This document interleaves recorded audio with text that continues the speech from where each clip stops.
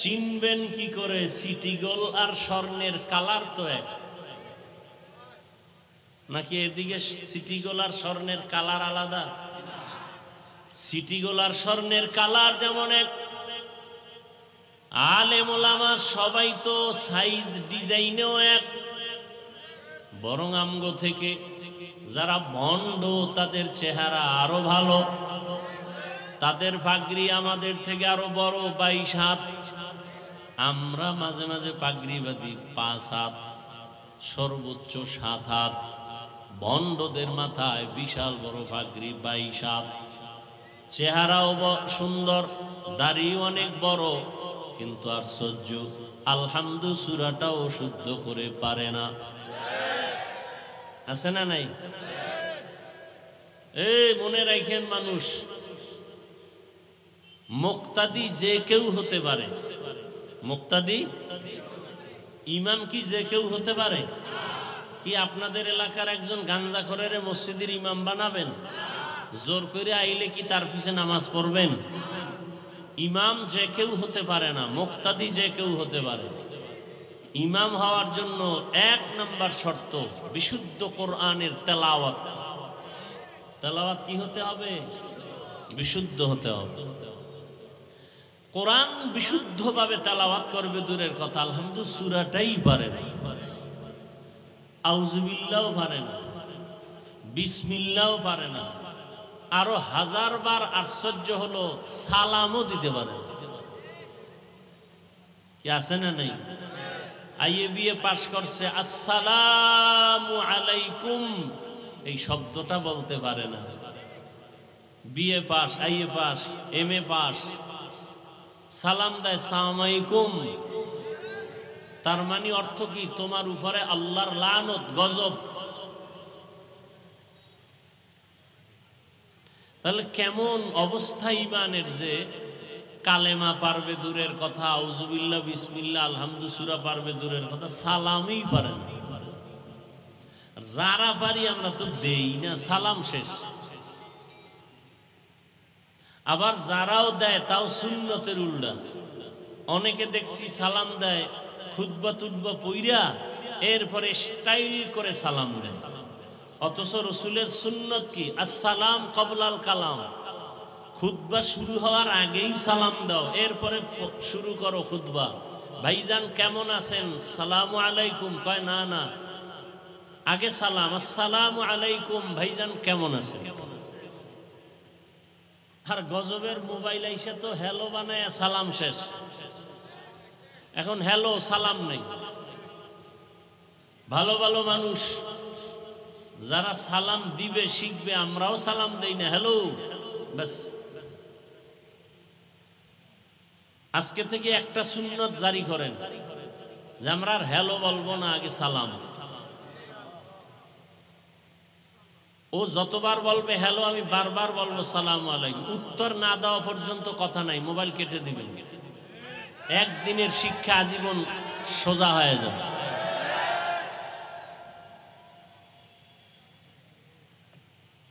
করবে দূরের কথা, ফরজই ঠিক নেই। আল্লাহ সব ভাইকে হেদায়েত দান করুন।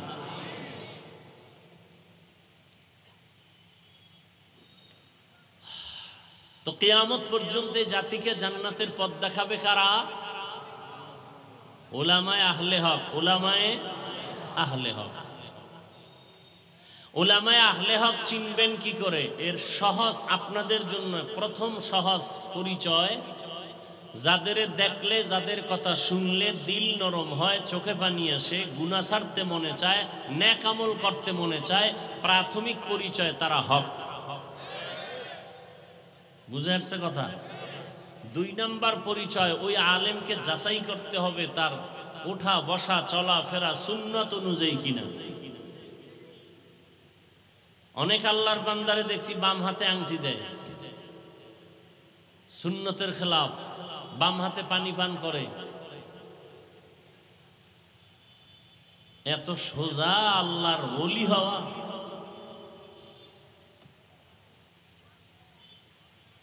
যাদের আয়োজনে আজকের মাহফিল, আল্লাহ সবাইকে কবুল করেন।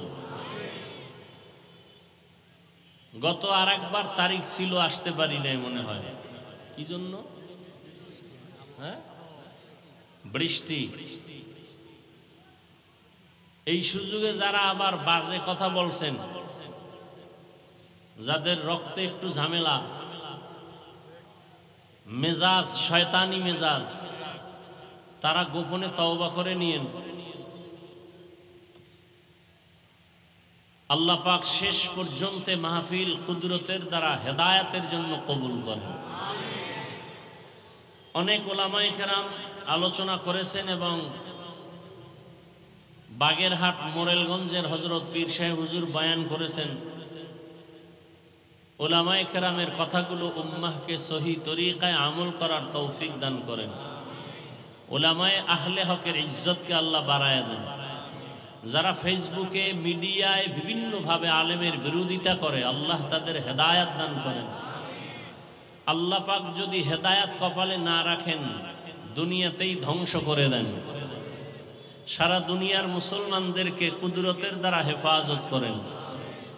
ইরানের মুসলমান, ফিলিস্তিনের মুসলমান, কাশ্মীরের মুসলমান, চেচনিয়া, বসনিয়া, আসাম, সারা দুনিয়ার মুসলমানের ঈমান ও আমলকে আল্লাহ হেফাজতের ব্যবস্থা করে দেন।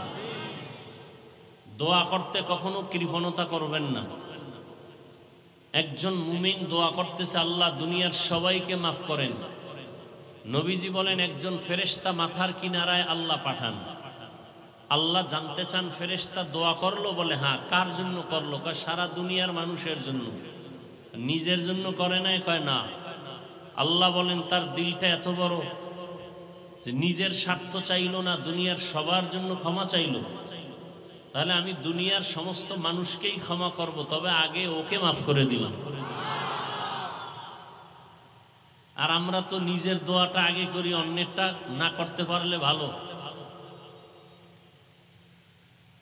আমি আপনাদের দোয়া নেওয়ার জন্য আসছি এবং সংক্ষেপ দু চারটি কথা বলবো, যদি আল্লাহ তৌফিক দান করেন। কারণ বান্দা চাইলে কিছুই হবে না, আল্লাহ চাইলে সব হবে।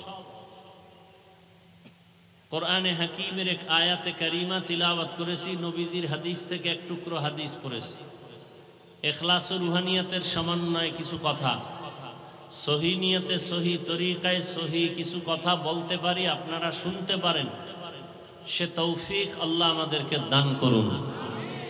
ওয়ালানাবলুওয়ান্নাকুম বিশাইইম মিনাল খাউফি ওয়াল জুই ওয়া নাকসিম মিনাল আমওয়ালি ওয়াল আনফুসি ওয়াস সামারাত। আল্লাহ বলেন, মুমিনকে আমি অবশ্যই পরীক্ষা করবই করব। কাদেরকে? মুমিনকে। ভয়ের মাধ্যমে, ক্ষুধার মাধ্যমে, মালের ঘাটতি, জীবনের ঘাটতি, ফলের ঘাটতির মাধ্যমে। অবাশশিরিস সাবিরিন, সুসংবাদ সাবিরিনদের জন্য। নবীজি বলেন, মাইয়ুরিদিল্লাহু বিহি খাইরান ইউসিব মিন। আল্লাহ যাকে বেশি মহব্বত করেন, ভালো চান, কল্যাণ চান, তাকে মুসিবতের দ্বারা পরীক্ষা নেন। তাহলে মুসিবতের দ্বারা আল্লাহ যাকে ভালো চান তাকে মুসিবত দিবেন, এটাই বাস্তবতা। অতএব দুনিয়া মুসিবতের জায়গা। নবী অন্য হাদিসে বলেন, আর দুনিয়া সিজনুল মুমিন ওয়া জান্নাতুল কাফির। মুমিনের জন্য দুনিয়াটা জেলখানা, মানে অশান্তির জায়গা। বেঈমান দুনিয়াদারদের জন্য দুনিয়াটা বালাখানা, মানে কি? শান্তির জায়গা। তাহলে দুনিয়াতে শান্তি, পরকালে কষ্ট বেঈমানের জন্য। দুনিয়াতে কষ্ট, পরকালে শান্তি মুমিনের জন্য। তাহলে দুনিয়া অশান্তির জায়গা, নবীজি বলেছেন। অতএব শান্তির চিন্তাও করা যাবে না। হ্যাঁ, যদি আখেরাতের লাইনে মজবুত হয়ে চলতে পারি তো আল্লাহ দুনিয়াতে শান্তি দিবেন, বোনাস। যেমন আমরা নবীর মোহাব্বতে, দ্বীনের স্বার্থে টুপি পরছি, কোনো পীর সাহেবের গোলাম হয়ে টুপি পরি নাই। আমরা ব্যক্তির গোলাম না। কার গোলাম? আমরা কোনো নেতার আদর্শ মানি না, রসুলের আদর্শ মানি। খুব খেয়াল করবেন, দুনিয়াতে যত ব্যক্তির আদর্শ স্লোগান, আওয়ামী লীগ স্লোগান দেয় আমরা অমুকের আদর্শ চাই, বিএনপির স্লোগান আমরা অমুকের আদর্শ বাস্তবায়ন করবো, আমরা অমুকের আদর্শের সৈনিক, বলে না? বলে না? আমরা মুসলমান কার আদর্শের সৈনিক? রসুলের আদর্শের সৈনিক। আমরা কোনো তাবলিগের সৈনিক না, চরমনের সৈনিক না, কওমি মাদ্রাসার সৈনিক না, আমরা মদিনার সৈনিক, ইসলামের সৈনিক। এই ইসলামকে ঠিক রেখে যদি চরমনাই থাকে ধন্যবাদ, তাবলিগ থাকে ধন্যবাদ, কি? আর যদি ইসলাম বাদ দিয়ে কেউ আদর্শ বাস্তবায়নের চিৎকার দেয় তাহলে মৃত্যু পর্যন্ত আমরা এই দুনিয়াদারের সাথে নাই।